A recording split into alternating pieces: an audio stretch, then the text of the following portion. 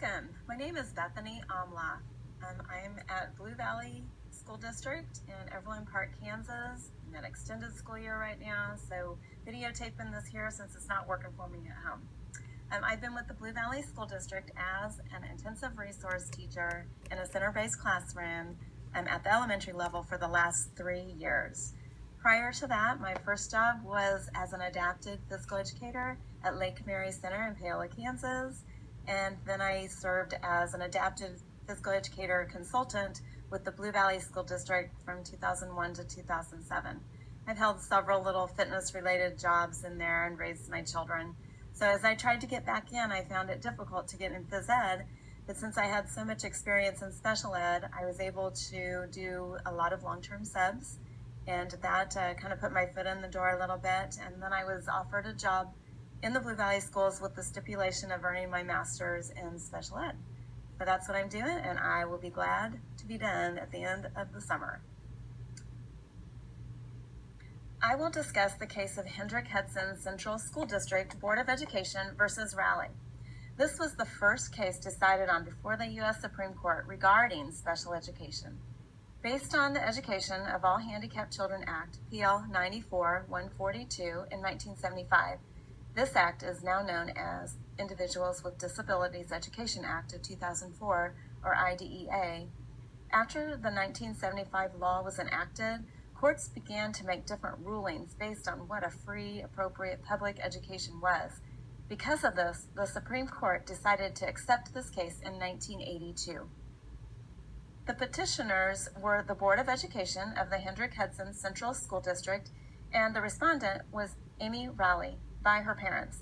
Amy was a deaf elementary student with minimal residual hearing. She read lips and used an FM system in the classroom.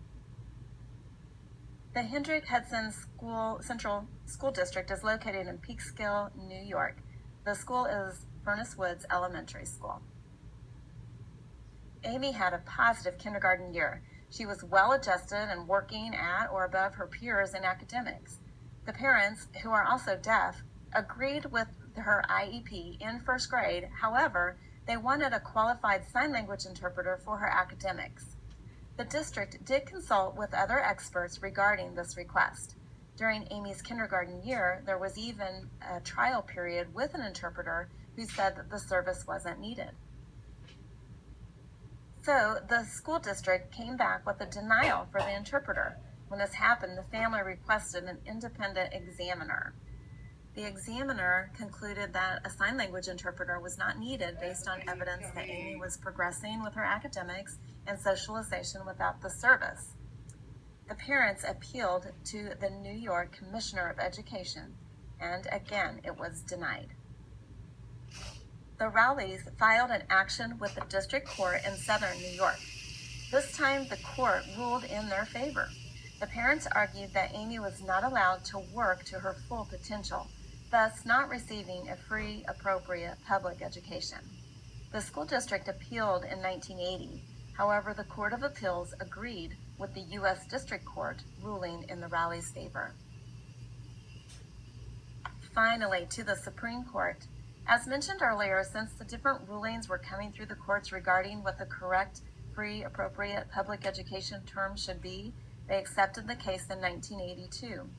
The petitioners, the school district, appealed because they perceived the requirements put in place by Congress upon the states that received the federal funds under the Education for All Handicapped Children Act was misinterpreted. The court reversed the ruling in favor of the school district, stating that the law requires schools to provide a basic floor of opportunity, and it doesn't require them to maximize a child's potential. On a different note, 3 judges had opposing opinions. The impact this case made on special education is that the decision provided clarity for children with disabilities to have access to an education that provided educational benefit.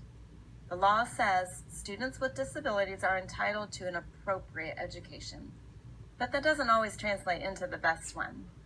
Parents and schools may continue to argue over what appropriate really means. This case was 37 years ago, and many decisions have been ruled upon since then. One thing that did come of it, IDEA has added procedural safeguards to help parents and schools solve disputes. Thank you.